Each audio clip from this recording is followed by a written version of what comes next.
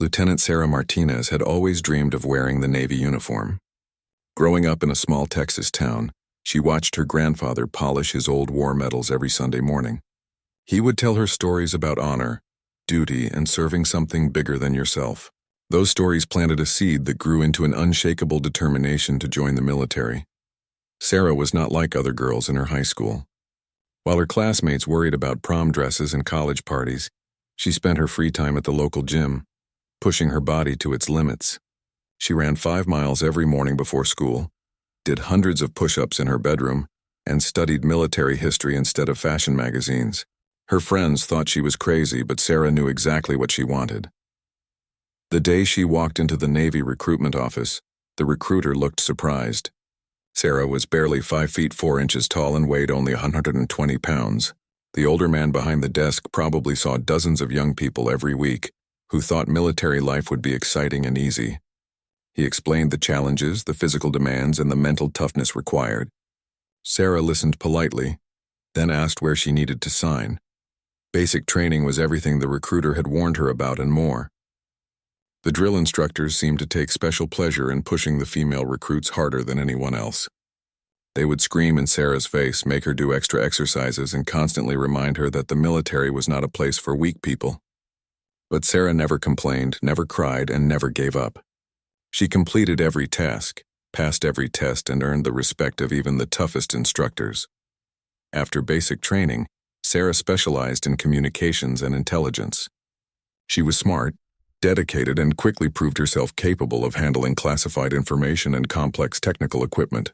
Her superiors noticed her attention to detail and her ability to stay calm under pressure. Within 2 years, she had earned her lieutenant bars and was assigned to a special operations support unit. The assignment came with a warning from her commanding officer. She would be working closely with Navy SEALs, the most elite warriors in the military. These men had been through training that broke most people who attempted it. They operated in the most dangerous places on Earth and dealt with life-and-death situations regularly. Some of them might not be comfortable working with a female officer, especially one who had never seen combat. Sarah understood the challenge but was not intimidated. She had spent years proving herself in a male-dominated environment. She knew her job better than anyone and was confident in her abilities.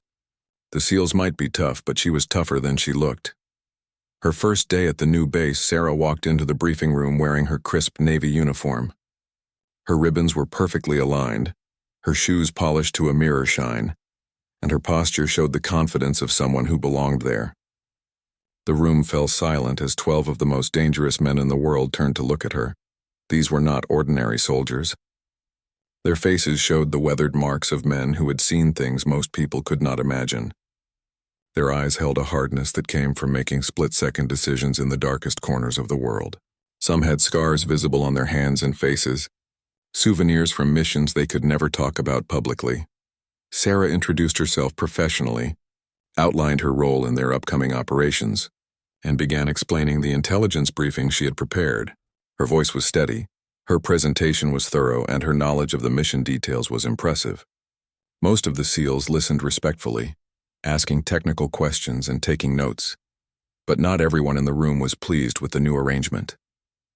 Petty Officer First Class Jake Morrison sat in the back corner, his arms crossed and his expression hostile. Morrison was a 10-year veteran who had earned his reputation through blood, sweat, and countless dangerous missions. He had strong opinions about women in combat roles and was not shy about expressing them. As Sarah finished her briefing, Morrison stood up slowly. He was tall, muscular, and intimidating in the way that only Special Forces operators could be. His uniform bore the decorations of someone who had fought in multiple theaters of war. When he spoke, his voice carried the authority of someone accustomed to being obeyed without question. Morrison looked directly at Sarah and said something that would change both of their lives forever. His words were not shouted or screamed, but spoken with cold certainty that made them more powerful than any angry outburst could have been. The other SEALs in the room shifted uncomfortably, recognizing that something significant was happening. What Morrison said next would test everything Sarah believed about herself, her place in the military, and what it truly meant to earn respect. The moment would also reveal something about the character of the man who had just challenged her. something that neither of them expected. The tension in the room was thick enough to cut with a knife. 12 elite warriors watched silently as two very different people faced each other across a briefing room. One was a decorated combat veteran who had earned his place through years of the most dangerous service imaginable. The other was a young officer who had worked twice as hard as anyone else to prove she belonged in a world that did not always welcome her neither. Sarah nor Morrison knew that this confrontation would become a story told throughout the military for years to come.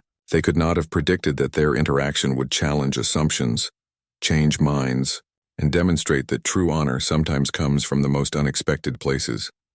The story of what happened next would spread far beyond that briefing room, reaching the highest levels of military command and inspiring countless others who faced their own battles for respect and recognition.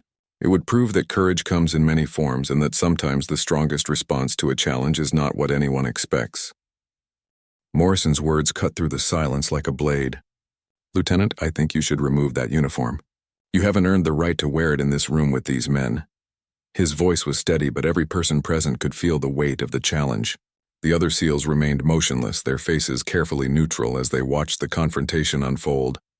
Sarah felt her heart racing, but her expression remained calm. She had prepared for moments like this her entire military career. Every female service member knew that somewhere, someday, someone would question their right to wear the uniform. She had rehearsed responses in her mind countless times, but facing the actual moment was different than any preparation could have been. The young lieutenant looked around the room at the faces of the other SEALs. Some appeared uncomfortable with Morrison's challenge, while others seemed curious about how she would respond. She realized that this moment would define not just her relationship with this unit, but potentially her entire future in the military. Whatever happened next would be remembered and discussed long after the mission ended. Sarah took a deep breath and began speaking in a clear, controlled voice. She did not raise her volume or show anger, understanding that emotion would be seen as weakness in this environment. Instead, she chose to respond with facts, letting her record speak for itself.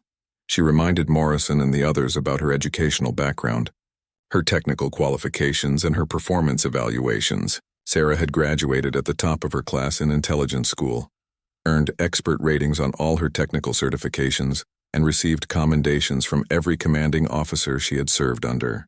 Her security clearance was higher than most people in the room, and her knowledge of current operations was essential to their mission success. But Morrison was not impressed by her credentials. He had seen plenty of people with excellent paperwork who could not handle the pressure of real-world operations.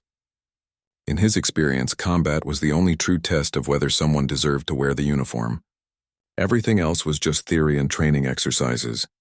Morrison continued his challenge, explaining that the uniform represented sacrifice, blood, and brotherhood forged in the most dangerous situations imaginable. He spoke about friends who had died wearing that same uniform, about missions where only the strongest and most committed survived. His words were not meant to be cruel, but to express his genuine belief that military honors should be earned through combat experience. The SEAL described his own journey to earn his place in the elite unit. He talked about Hell Week, the brutal training that eliminated most candidates before they could even begin SEAL training. He mentioned operations in Afghanistan and Iraq, firefights where he had carried wounded teammates to safety, and decisions made under enemy fire that haunted him years later.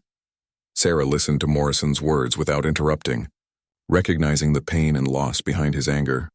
She understood that his challenge came not from personal hatred, but from a deep love for the military and the men who had died serving their country. This knowledge did not make his words less hurtful, but it helped her craft a response that acknowledged his feelings while defending her own position. When Morrison finished speaking, Sarah remained standing at attention. She thanked him for his service and acknowledged the sacrifices he and his teammates had made. She spoke about her own grandfather's military service and explained that she understood the weight of wearing the uniform. Sarah had never claimed that her service was equivalent to combat operations, but she maintained that every person who served honorably contributed to the military mission. Sarah then made a decision that surprised everyone in the room. Instead of continuing to argue or defend herself further, she began to remove her uniform jacket. The action was deliberate and dignified, not the hasty retreat that Morrison might have expected. She folded the jacket carefully and placed it on the table in front of her. The other SEALs watched in stunned silence as Sarah continued removing her uniform items one by one. She unpinned her ribbons and rank insignia, placing each item neatly on the table. Her movements were precise and respectful, treating each piece of the uniform with the reverence it deserved. As Sarah worked, she continued speaking calmly about her commitment to the mission and her respect for the team. She explained that while she disagreed with Morrison's assessment, she was willing to complete the mission in civilian clothes if that would make the team more comfortable. Her primary concern was operational success, not personal pride. Morrison found himself in an unexpected position. He had expected Sarah to argue, to pull rank, or to complain to higher command about his challenge. Instead, she was responding with a quiet dignity that made him question his own actions. The other SEALs were also clearly uncomfortable with how the situation was developing. The tension in the room was building toward something none of them had anticipated. Morrison's challenge had been meant to prove a point about military tradition and earned respect. Sarah's response was demonstrating something entirely different about character, service, and what it truly meant to put the mission before personal feelings. Unknown to either Morrison or Sarah, their confrontation was about to take a turn that would surprise everyone present. The next few moments would reveal something about military leadership, honor, and the unexpected ways that respect could be earned and demonstrated. What happened next would become one of the most powerful examples of leadership under pressure that any of the SEALs would ever witness. It would also begin a transformation in Morrison's understanding of what made someone worthy of wearing the uniform he held so sacred. As Sarah continued methodically removing her uniform, the briefing room door opened quietly. Commander James Patterson entered, having heard raised voices from the hallway. Patterson was a legend in the SEAL community, a 30-year veteran who had led some of the most successful special operations in recent military history. His presence commanded instant respect from every person in the room. Patterson was not a large man physically, but his reputation made him seem to fill any space he entered. He had earned his position through decades of flawless service, innovative tactical thinking, and an unwavering commitment to his people. SEALs who had served under him would follow him anywhere, and those who had not served with him knew his reputation through countless stories told throughout the special operations community. The commander took in the scene quickly, his experienced eyes noting Sarah's partially removed uniform, Morrison's defensive posture, and the uncomfortable expressions on the faces of the other team members. Patterson had dealt with similar situations before and understood the complex dynamics at play when different military cultures collided. Patterson did not immediately speak or take action. Instead, he moved to the back of the room and observed silently as Sarah continued her dignified response to Morrison's challenge. The commander's presence changed the atmosphere in the room, but he allowed the situation to continue developing naturally. Sarah had now removed her jacket, ribbons, and rank insignia. She stood in her white uniform shirt, looking smaller without the formal elements of her officer's uniform, but somehow more dignified than before. Her movements remained calm and purposeful, showing no signs of anger or humiliation despite the challenging circumstances. Morrison found himself increasingly uncomfortable as he watched Sarah's response. This was not how he had expected the confrontation to unfold. He had anticipated an argument, maybe a complaint to higher command or perhaps an emotional breakdown. Instead, Sarah was demonstrating a type of courage and selflessness that he had not expected from someone he had dismissed as unworthy of wearing the uniform. The other SEALs in the room were also struggling with the situation. Many of them had initially supported Morrison's perspective, believing that combat experience was essential for earning true military respect. However, Sarah's graceful response to an impossible situation was forcing them to reconsider their assumptions about courage, honor, and what it meant to serve with distinction. Sarah finished removing the visible elements of her uniform and stood quietly, waiting for Morrison's next instructions. Her posture remained military correct, showing that removing the uniform had not changed her commitment to military bearing and discipline. The young lieutenant's actions were speaking louder than any words could have about her character and dedication to service. Morrison realized that he was now in an untenable position. Sarah had called his bluff by actually removing her uniform, something he had not expected her to do. He had wanted to make a point about military tradition and earned respect, but instead had created a situation that reflected poorly on his own leadership and judgment.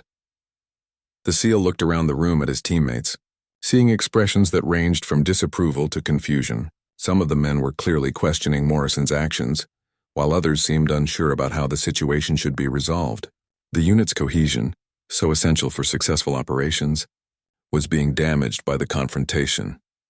Commander Patterson continued observing from the back of the room, his face revealing nothing about his thoughts or intentions. His presence was a reminder that this situation would have consequences beyond the immediate confrontation. Military careers could be affected by what happened next, and operational readiness was being compromised by personal conflicts. Sarah broke the silence by asking Morrison what he wanted her to do next. Her voice remained respectful and professional, showing no trace of sarcasm or anger. She explained that she was ready to continue the mission briefing in civilian clothes, or to leave the room entirely if that was what the team preferred. Her only concern was ensuring that the SEALs had the intelligence information they needed for their upcoming operation. Morrison found himself at a loss for words. Sarah's willingness to sacrifice her dignity for the sake of the mission was demonstrating exactly the kind of selfless service that he claimed to value above all else. Her actions were making him look petty and unprofessional in front of his teammates and his commanding officer. The SEAL began to realize that he had made a serious error in judgment. His challenge to Sarah had been based on assumptions about her character and commitment that were proving to be completely wrong.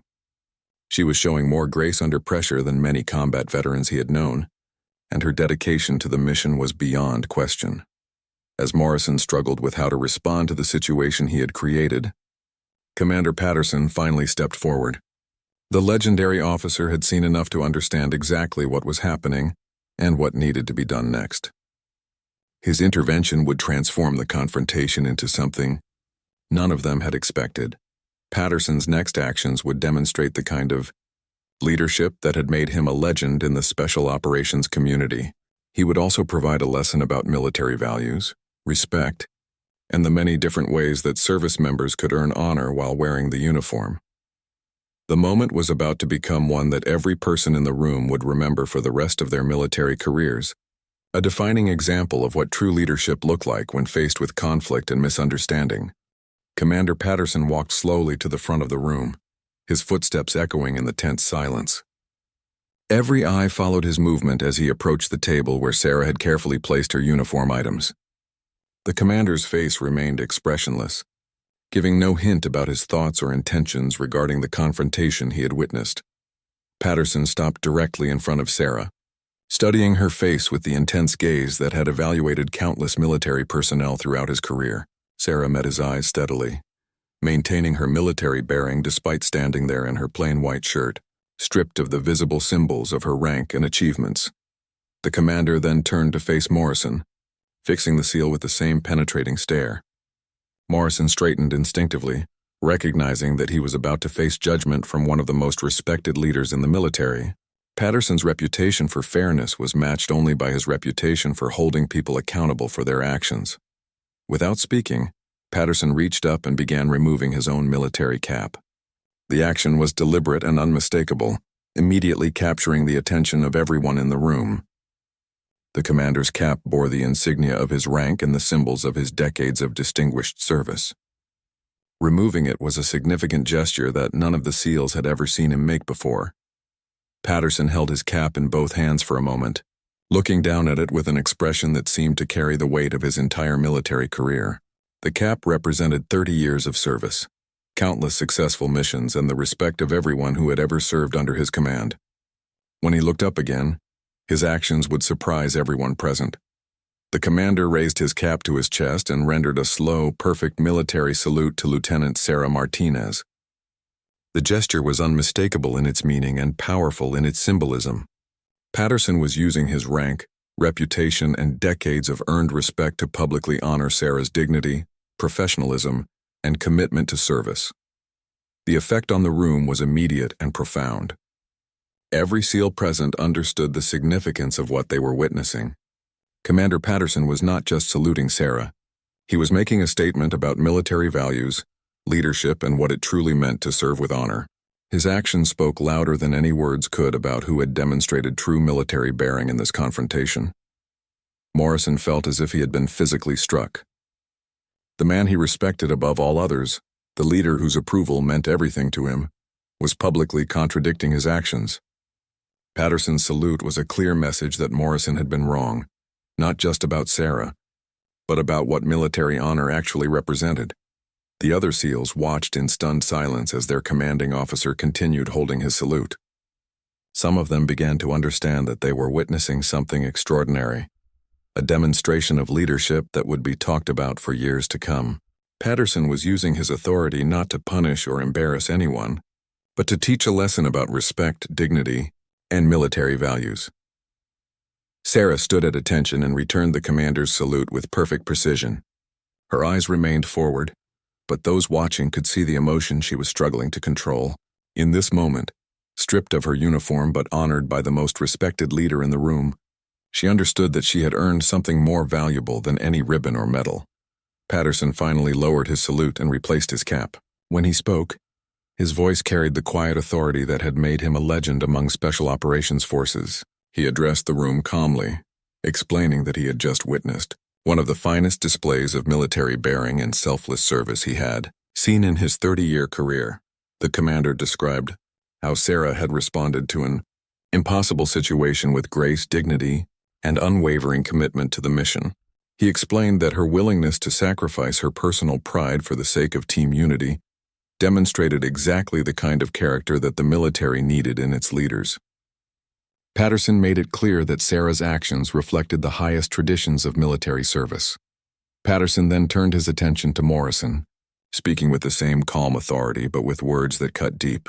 He explained that Morrison's challenge had been based on a narrow understanding of military service that failed to recognize the many different ways that service members contributed to the mission. The commander pointed out that Morrison's actions had damaged team cohesion and reflected poorly on the values that SEALs claim to represent. The legendary officer continued by describing his own career, mentioning that some of his most successful operations had depended on the support of personnel who never saw combat, but whose contributions were essential to mission success. He explained that intelligence officers, communications specialists, and logistics personnel were all part of the team that made SEAL operations possible. Patterson made it clear that Morrison's attitude toward non-combat personnel was not just wrong, but dangerous. In special operations, success depended on trust, respect, and cooperation among all team members. Personal prejudices and narrow definitions of worthiness could get people killed when they interfered with effective teamwork. The commander's words were having a profound effect on Morrison, who was beginning to understand the magnitude of his error. He had challenged Sarah based on assumptions about her character and worthiness that had proven to be completely wrong. Worse, he had done so in a way that reflected poorly on the military values he claimed to uphold. As Patterson concluded his remarks, the room remained silent except for the sound of air conditioning and distant activity from other parts of the building. Everyone present understood that they had witnessed something significant, a moment that would be remembered and discussed throughout their careers. The confrontation had revealed something important about each person involved, but it had also created an opportunity for growth, understanding, and redemption that none of them had expected when the day began. The silence in the room stretched for what felt like hours but was actually only seconds. Commander Patterson's words hung in the air like smoke from a fired weapon, their impact still being absorbed by everyone present. Morrison stood frozen, his mind racing as he processed what had just happened and what it meant for his career, his reputation, and his understanding of military service. Sarah remained at attention, still wearing only her white uniform shirt, but somehow appearing more dignified and professional than anyone else in the room. The contrast between her composure and Morrison's obvious distress was not lost on the other SEALs, who were beginning to see the confrontation in an entirely different light. Patterson waited for his words to sink in before addressing the practical matter of moving forward. He explained that the mission briefing needed to continue, and that personal conflicts could not be allowed to interfere with operational readiness. The commander's tone made it clear that he expected professional behavior from everyone, regardless of their personal feelings about what had just occurred. Morrison finally found his voice, though it came out as barely more than a whisper. He looked directly at Sarah, and began what would prove to be one of the most difficult speeches of his military career. The proud SEAL, accustomed to projecting strength and confidence in every situation, struggled to find words adequate to express his regret and shame. The apology began haltingly, with Morrison acknowledging that he had been wrong to challenge Sarah's right to wear the uniform. He admitted that his actions had been based on prejudice rather than facts, and that he had allowed his personal feelings about women in combat roles to cloud his judgment about Sarah's qualifications and character. As Morrison continued speaking, his voice grew stronger and more confident. He began describing what he had observed during Sarah's response to his challenge, noting her grace under pressure, her commitment to the mission, and her willingness to sacrifice her personal dignity for the sake of team unity. The SEAL admitted that her behavior had demonstrated military values better than his own actions had. Morrison went further than anyone expected, publicly acknowledging that he had learned something important about leadership, respect, and what it truly meant to serve with honor. He explained that Sarah's response to his challenge had forced him to examine his own prejudices and assumptions about military service. The experience had been humbling but educational. The SEAL then did something that surprised everyone in the room, including Sarah herself. Morrison walked to the table where Sarah had placed her uniform items and began picking them up one by one. He handled each piece with obvious respect, treating the ribbons and insignia as the symbols of earned achievement they represented. Morrison approached Sarah and began helping her put her uniform back on. His movements were careful and respectful, showing none of the hostility that had characterized his earlier behavior. The act of helping Sarah restore her military appearance was clearly difficult for the proud SEAL, but he performed it with obvious sincerity. As Morrison helped Sarah pin her ribbons back onto her jacket, he spoke quietly about his own military journey and the experiences that had shaped his attitudes about combat and service.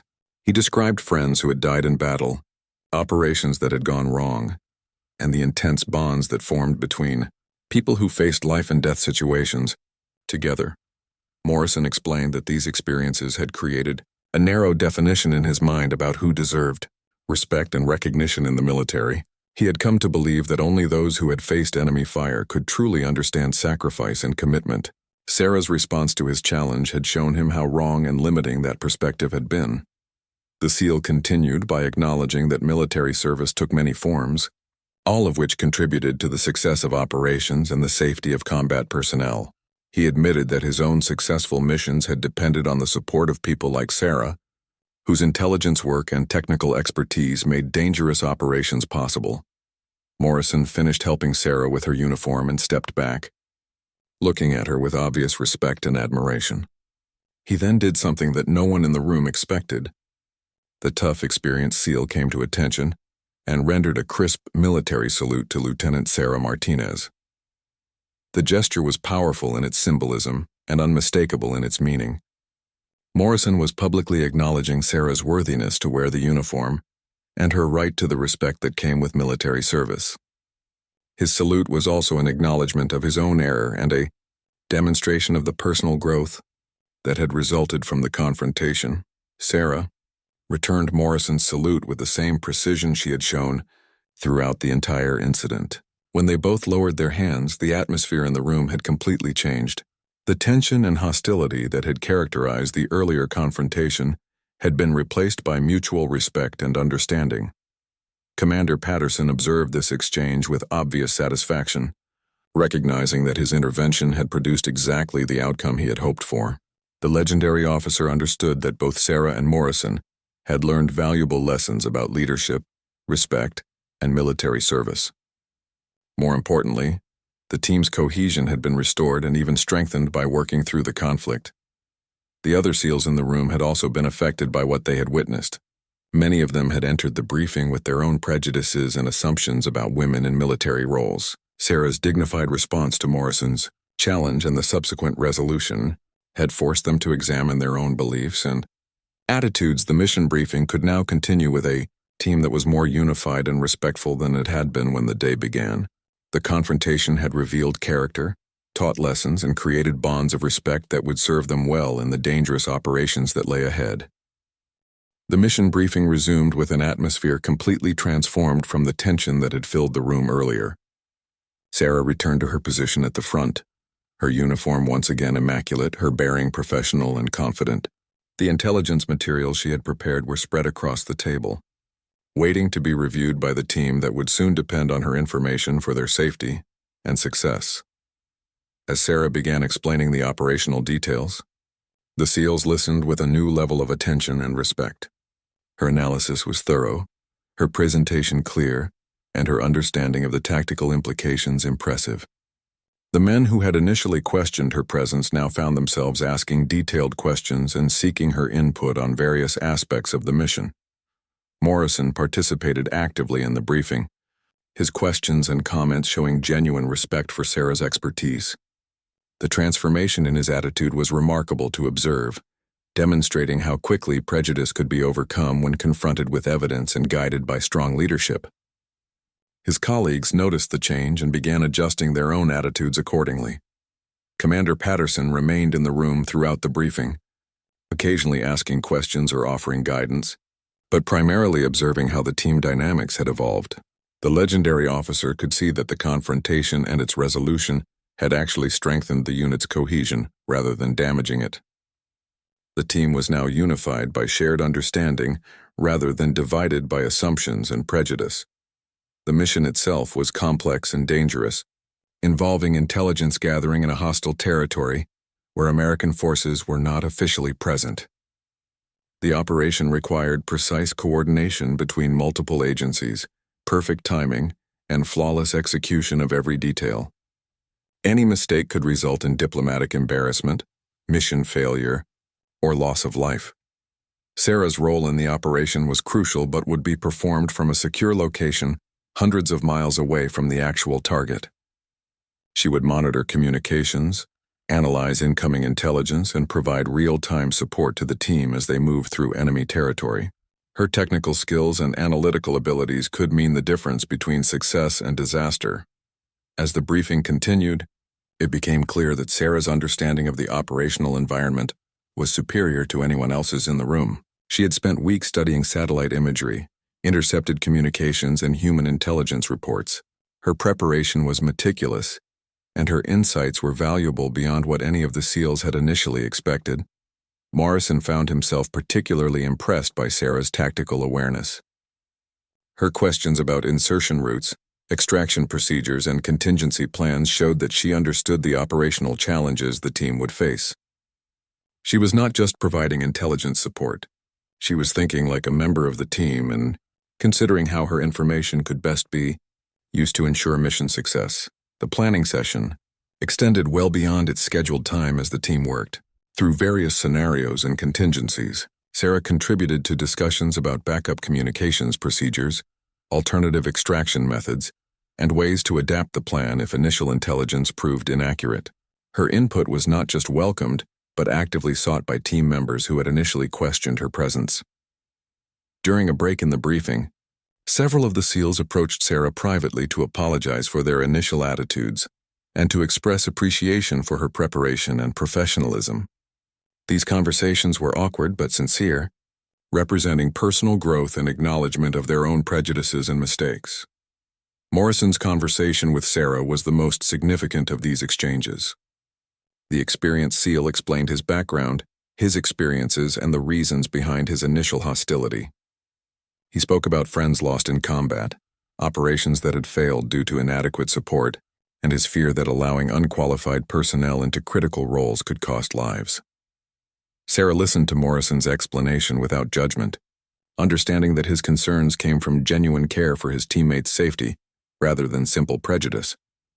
She shared her own background, her training, and her commitment to ensuring that her support would meet the highest standards. The conversation built mutual understanding and respect that would prove valuable in the days ahead. Commander Patterson used the break to speak privately with both Sarah and Morrison, offering guidance and perspective based on his years of experience, managing diverse teams in high-stakes situations. He explained that the best special operations units were those that could integrate different skills, backgrounds, and perspectives into a cohesive whole. The commander emphasized that trust was the foundation of effective teamwork, and that trust had to be based on demonstrated competence rather than assumptions about background or gender. He pointed out that the confrontation and its resolution had actually accelerated the trust-building process by forcing everyone to examine their assumptions and demonstrate their character under pressure. When the briefing resumed, the team dynamics were noticeably different. Questions were more collaborative, discussions were more inclusive, and the planning process benefited from diverse perspectives and expertise. Sarah's contributions were integrated seamlessly into the operational plan, and her recommendations were given the same weight as those from the most experienced team members.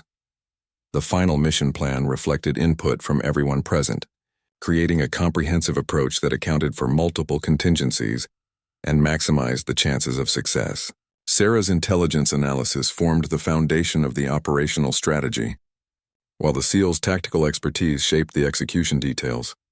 As the briefing concluded, Commander Patterson addressed the team one final time, emphasizing the importance of mutual support, trust, and professional respect in the challenging operation ahead. He reminded everyone that their success would depend on each person performing their role with excellence and supporting their teammates without reservation. The room that had begun, the day divided by prejudice and misunderstanding, was now unified by shared purpose and mutual respect. The confrontation that could have destroyed team cohesion had instead strengthened it, creating bonds that would serve them well in the dangerous mission ahead. 6 months after the confrontation in the briefing room, the story of Commander Patterson's salute had spread throughout the military community. It was told in officer training courses as an example of principled leadership, discussed in diversity seminars as a demonstration of character under pressure, and shared among service members as proof that respect could be earned through dignity and professionalism rather than rank or force. The mission that Sarah had been promoted to, lieutenant commander based on her exceptional performance and leadership potential. Her superiors recognized that her ability to maintain professionalism under extreme pressure and her talent for building respect through competence, rather than confrontation, made her an ideal candidate for increased responsibility. The promotion came with assignment to a joint task force where she would coordinate intelligence operations across multiple military branches. The briefing room where the confrontation had occurred was now used for training purposes, with the story of that day serving as a case study in conflict resolution and leadership development. New officers and enlisted personnel learned about the importance of addressing prejudice directly while maintaining military discipline and respect for all service members. Commander Patterson had retired from active duty but continued serving as a consultant and trainer for military leadership programs. He often told the story of Sarah and Morrison as an example of how the best leaders could transform conflict into opportunity for growth and understanding. The commander emphasized that true military leadership required the courage to stand up for what was right, even when it meant challenging popular opinion or established attitudes. The legacy of that confrontation extended far beyond the individuals directly involved. Military policies regarding integration, respect, and equal treatment had been strengthened partly due to the attention the incident had generated. Training programs now included specific modules on recognizing and addressing unconscious bias. With Sarah's story serving as a powerful example of grace under pressure, Morrison had also been promoted and was now leading training programs for new SEAL recruits. He made Sarah's story a central part of his leadership curriculum, using his own transformation as an example of how personal growth was possible when people were willing to examine their assumptions and learn from their mistakes. His honesty about his initial prejudices made his teaching more effective and authentic. The broader military community had embraced the story as proof that the armed forces could evolve and improve while maintaining their core values of honor, courage, and commitment. Sarah's dignified response to Morrison's challenge had demonstrated that strength came in many forms, and that the military was stronger when it recognized and valued diverse contributions to the mission. Years later, Sarah would look back on that day as a turning point in her career and her understanding of leadership. The confrontation had been painful and humiliating in the moment, but it had also revealed her own strength and character in ways that comfortable situations never could have. She had learned that earning respect sometimes required enduring disrespect first, and that true dignity could not be taken away by others' actions. Morrison's journey from antagonist to advocate had been equally transformative. He had discovered that his narrow definition of military worth had been limiting not just his ability to work with others, but his own understanding of what service meant. The experience had made him a better leader, a better teammate, and ultimately a better person. The story of their confrontation and resolution had become part of military folklore, told and retold in different variations but always emphasizing the same core themes: that respect must be earned through character and competence, that true leadership requires the courage to do what is right regardless of popular opinion, and that the strongest response to prejudice is often quiet dignity rather than angry confrontation. Commander Patterson's decision to remove his cap and salute Sarah had become one of the most powerful examples of moral courage in modern military history. His willingness to use his authority and reputation to defend what was right, even when it meant publicly contradicting a subordinate, had set a standard for leadership that inspired countless others throughout the military. The briefing room confrontation had lasted less than an hour, but its impact had resonated through the military community for years. It had changed policies, influenced training programs, transformed individual careers, and demonstrated that even the most challenging conflicts could be resolved through principled leadership and mutual respect. Sarah and Morrison both continued their military careers with distinction, their paths occasionally crossing at joint operations or training events. Their interactions were always professional and respectful, marked by the understanding that their shared experience had made them both better service members and better people. The story served as a reminder that the military's greatest strength lay not in its weapons or technology, but in its people and their commitment to serving something greater than themselves, when that service was guided by principles of respect, dignity, and mutual support. Even the most difficult challenges could be overcome and transformed into opportunities for growth and understanding. Debrief that day had been executed flawlessly. Her intelligence analysis had been accurate. Her real-time support had been invaluable, and her coordination with the team had contributed directly to the operation's success. The SEALs had returned safely with critical intelligence that advanced national security objectives and prevented potential terrorist attacks. Morrison had become one of Sarah's strongest advocates within the special operations community. He spoke openly about his initial prejudices, the lessons he had learned, and the value that diverse perspectives brought to military operations. His transformation from skeptic to supporter had influenced many other service members who respected his combat experience and tactical expertise. The relationship between Sarah and Morrison had evolved into a professional partnership built on mutual respect and shared commitment to mission success. They had worked together on several subsequent operations, with Morrison often specifically requesting Sarah's support for his team's missions. Their collaboration had become a model for effective cooperation between different military specialties. Sarah Hay,